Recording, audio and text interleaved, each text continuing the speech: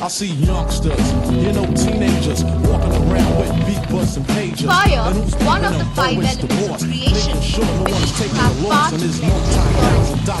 Fire understands the light that dispels darkness of ignorance and warfare. Pervading in natural conditions, this element of religious ceremony.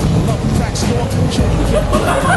Yagna, Agni is the vehicle that conveys offerings to God.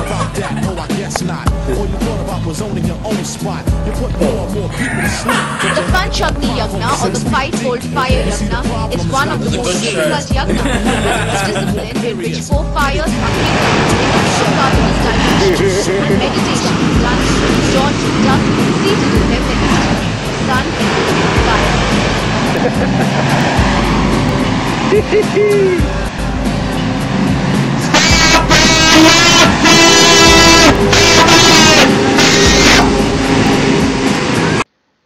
You know, come on, just stop the nonsense, please. Today's 11/19/2010. Listen, I decided to remake this because I didn't like the way the last one looked. Because you know what? There's too much of me. And it doesn't matter who I am. I'm not trying to promote myself.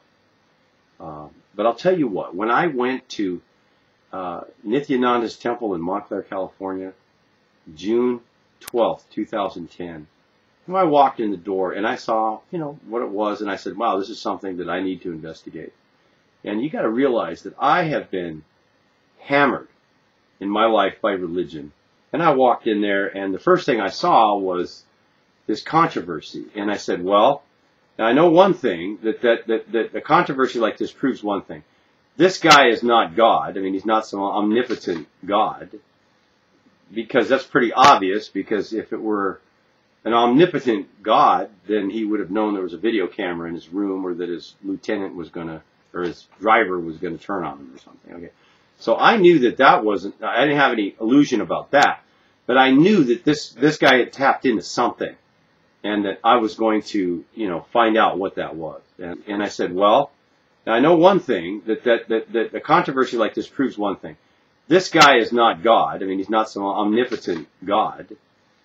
Because that's pretty obvious, because if it were an omnipotent God, then he would have known there was a video camera in his room, or that his lieutenant was going to, or his driver was going to turn on him or something. Okay, so I knew that that wasn't, I didn't have any illusion about that, but I knew that this guy had tapped into something, and that I was going to, you know, find out what that was. And I you know, connected to that place, and then asked Nithyananda to spend 63 days in his ashram over the internet live, and he said yes. And so I went, and what I found, first day I was there, was that he was unleashing this levitation to the world, and I know that was meant to cause this big, you know, mysterious thing to people, and to wow people, but it was pretty obvious too that what he was doing was, you know, just trying to show how powerful he was. And let me tell you what, I'm not saying that he does not have a power,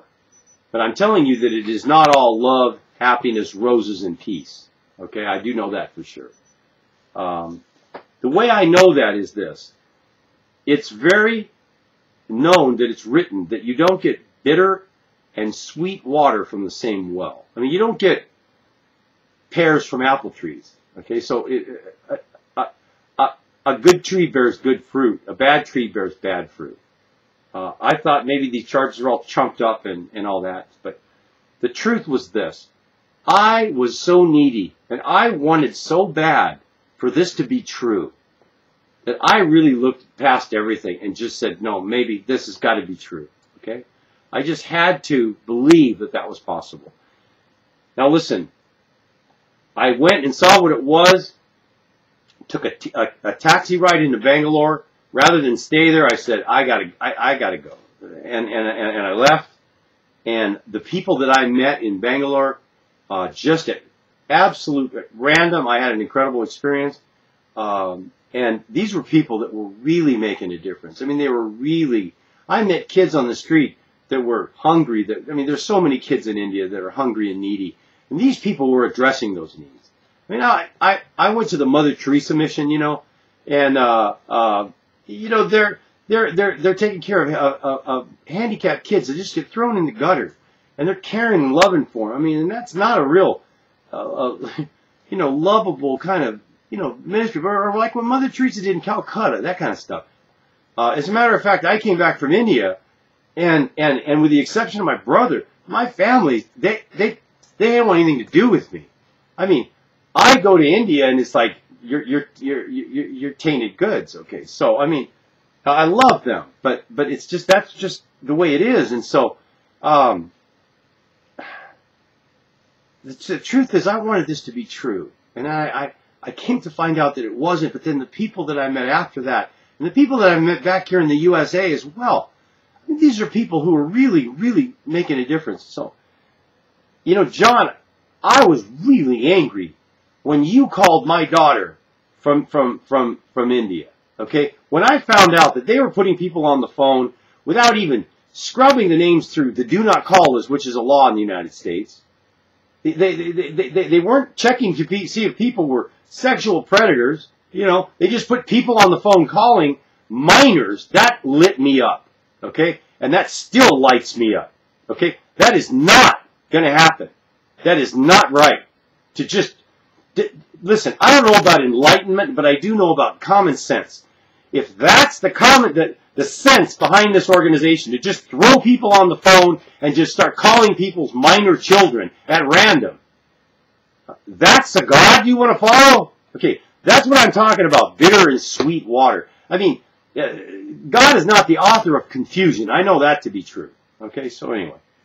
But John, I want to tell you this. I forgive you because I realized that you were like me. You were hurting, man. You were wishing this to be true. Okay? I hope you see now, literally, what you're in the middle of. I mean, if you look on Google, that's what you're in the middle of, man. Is all that nonsense. Okay? And it is just nonsense. It's just confusion. And so, what you've done by getting as many people as you can to come over to India is that you're encouraging people to spend $6,000 to come to this Inner Awakening program, to get on a plane, spend all the fuel and money that it takes to come over there, okay, and to have somebody spend around $8,000 US to come to get their enlightenment, okay, and waste all those resources. And know this, that to sponsor a child in India with, like I said, UNICEF or World Vision, let's say, $35 a month, okay? Do you know how many children you could take care of with $8,000? That you could truly change their lives? It's literally someone from the age of 5 up until their 20s you could support. Okay? That's helping people. To me, that's living enlightenment. Not going over and having someone bounce you around and tell you you're God, and then have you, in the end of the day, the whole point here is for you to become a devotee.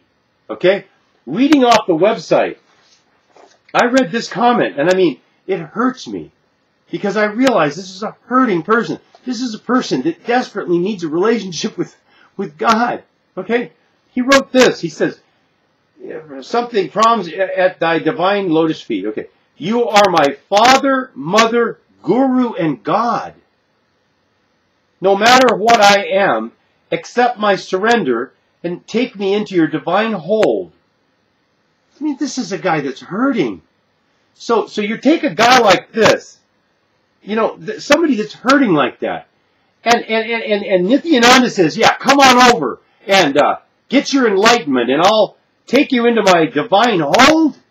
Who's in his divine hold? Let me ask you, where's Swami Satchidananda sitting right now? As far as I know, he's still sitting in jail. Is that divine hold? There's a news update, November 11th, 2010. Nithyananda on his ENTV News says, Bhakti or devotion is more important than enlightenment. So flip the script. Now it's devotion to him. Now let me make it real clear. This is the last time that I'll ever be seen showing pictures of me with my hands on fire or sitting in rings of fire or watching people sit in rings of fire. I'm done with it. As for me and my house, we're walking to the light. And I ask you to join me Let's walk to the light together. Just turn your face from this and just walk. Thanks, and God bless you.